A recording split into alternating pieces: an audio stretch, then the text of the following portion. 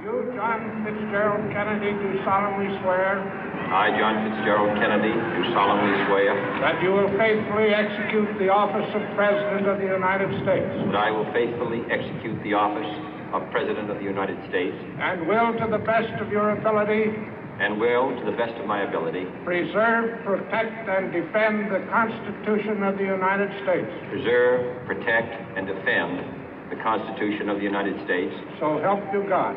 So help me God.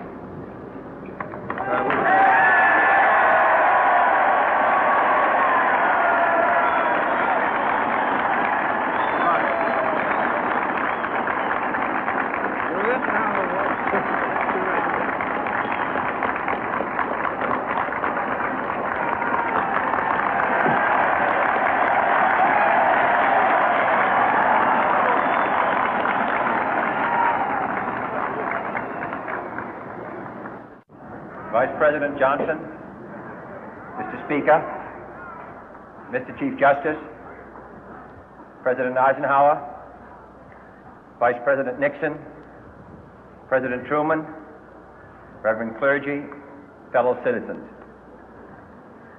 We observe today not a victory of party, but a celebration of freedom, symbolizing an end as well as a beginning, signifying renewal as well as change. For I have sworn before you and Almighty God the same solemn oath our forebears prescribed nearly a century and 3/4 ago. The world is very different now, for man holds in his mortal hands the power to abolish all forms of human poverty and all forms of human life. And yet the same revolutionary beliefs for which our forebears fought are still at issue around the globe. The belief that the rights of man come not from the generosity of the state, but from the hand of God. We dare not forget today that we are the heirs of that first revolution.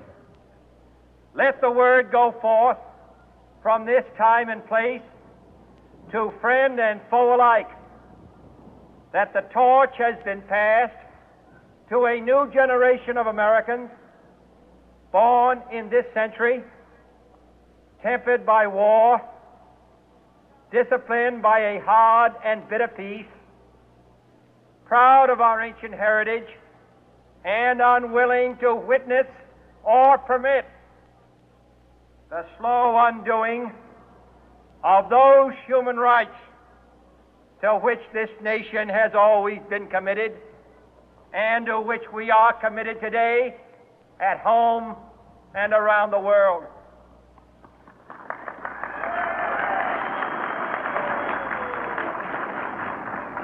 Let every nation know, whether it wishes us well or ill, that we shall pay any price, bear any burden, meet any hardship, support any friend, oppose any foe to assure the survival and the success of liberty.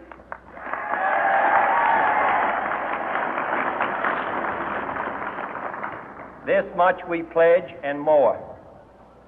To those old allies whose cultural and spiritual origins we share, we pledge the loyalty of faithful friends.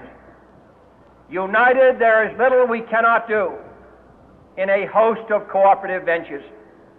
Divided, there is little we can do, for we dare not meet a powerful challenge at odds and split asunder. To those new states whom we welcome to the ranks of the free, we pledge our word that one form of colonial control shall not have passed away, merely to be replaced by a far more iron tyranny. We shall not always expect to find them supporting our view, but we shall always hope to find them strongly supporting their own freedom, and to remember that in the past, those who foolishly sought power by riding the back of the tiger ended up inside.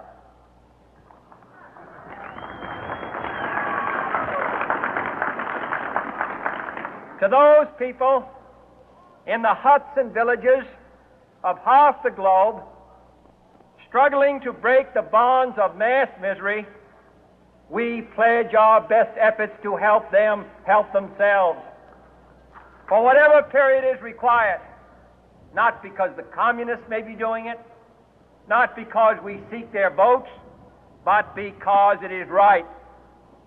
If a free society cannot help the many who are poor, it cannot save the few who are rich.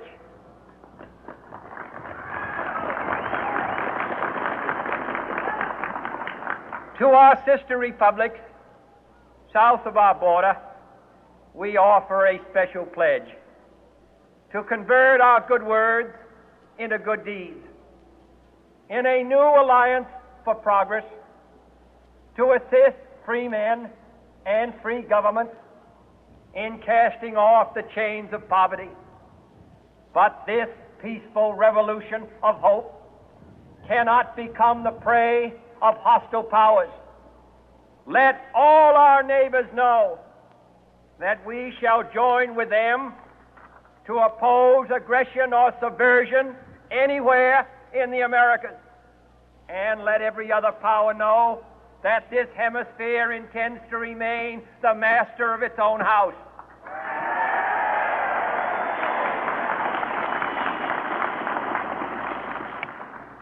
To that World Assembly of Sovereign States, the United Nations, our last best hope, in an age where the instruments of war have far outpaced the instruments of peace, we renew our pledge of support to prevent it from becoming merely a forum for invective, to strengthen its shield of the new and the weak, and to enlarge the area in which its writ may run.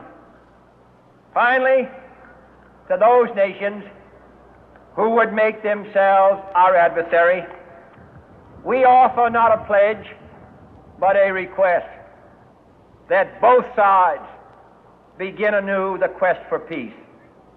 Before the dark powers of destruction, unleashed by science, engulf all humanity in planned or accidental self-destruction, we dare not tempt them with weakness, for only when our arms are sufficient beyond doubt can we be certain beyond doubt that they will never be employed.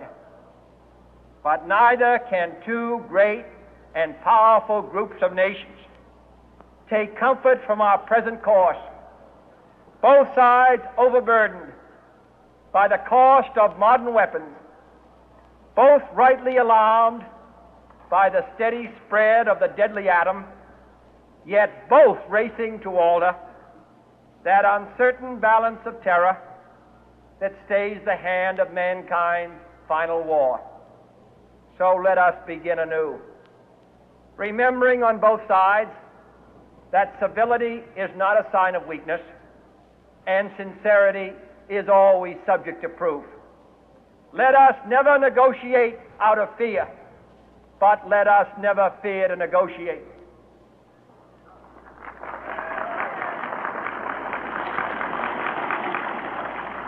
Let both sides explore what problems unite us, instead of belaboring those problems which divide us. Let both sides, for the first time, formulate serious and precise proposals for the inspection and control of arms, and bring the absolute power to destroy other nations under the absolute control of all nations.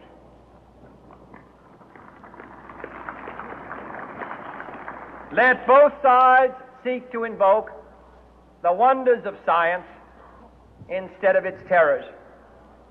Together, let us explore the stars, conquer the deserts, eradicate disease, tap the ocean depth, and encourage the arts and commerce. Let both sides unite to heed in all corners of the earth the command of Isaiah to undo the heavy burden and let the oppressed go free.